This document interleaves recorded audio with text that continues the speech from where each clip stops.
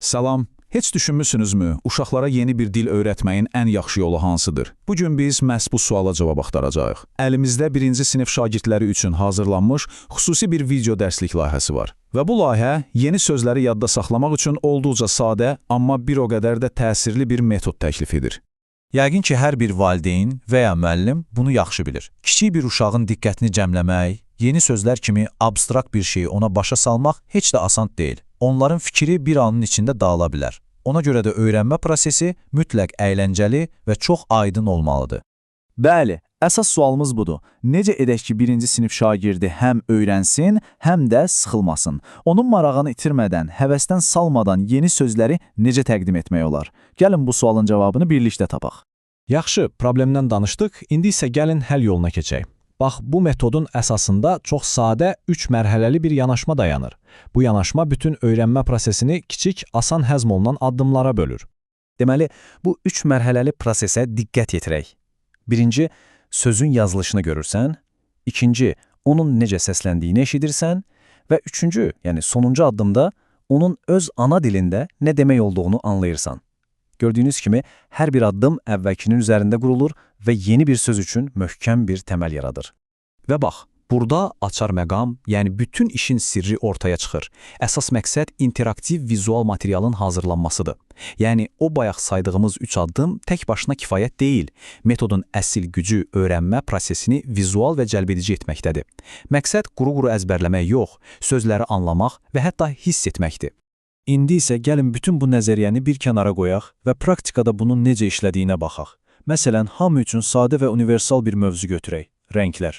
Görək bu ardıcıllıqla rəngləri necə öyrənmək olar. Beləliklə birinci addımla başlayırıq, yazılış. Uşaq ekranda sadəcə bu 3 hərfi görür. R, Y, D. Bu, sözlə ilk vizual tanışlıq anıdır. İndi isə ikinci addım gəldir. Tələffüz. Bu söz belə səslənir. Read.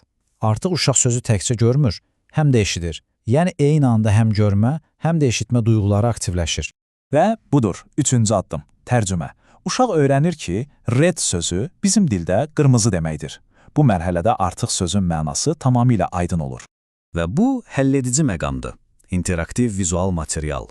O, bayaqki mücərrəd red sözü var ha, indi o konkret bir vizual təcrübəyə, yəni qırmızı rəngin özünə bağlanır.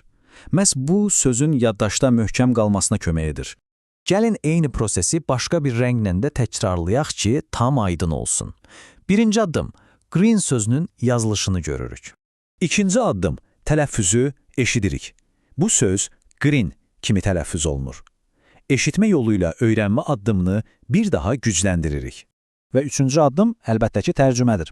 Green sözünün yaşıl demək olduğunu öyrənirik. Beləcə, sözün mənası tam aydınlaşır.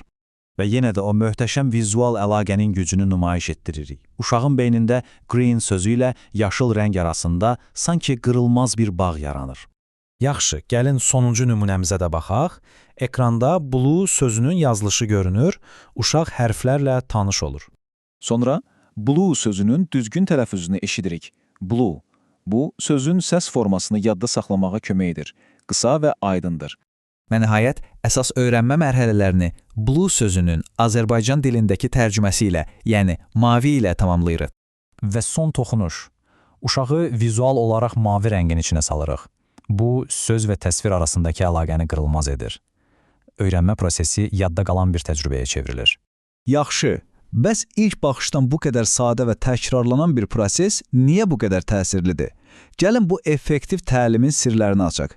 Əslində bu metodun işləməsinin bir neçə çox sadə səbəbi var. Birincisi, o, bir neçə duyğunu eyni anda işə salır.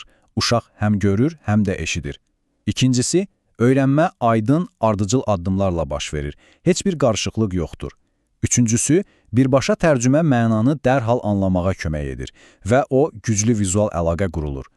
Və əlbəttə ki, bu ritmik təkrar məlumatın yaddaşda möhkəmlənməsinə, sanki ora həkk olunmasına kömək edir. Bütün bunlar birinci sinif şagirdlərinin öyrənmə tərzinə mükəmməl uyğundur. Və yekun olaraq gəlin bir anlıq düşünək. Bəlkə də təhsilin gələcəyi məhz bu cür sadə, amma dərindən düşünülmüş metodlar üzərində qurulmalıdır. Bəlkə də ən mürəkkəb mövzuları belə öyrətməyin açarı məhz belə bir sadəlikdə və aydınlıqda gizlənir.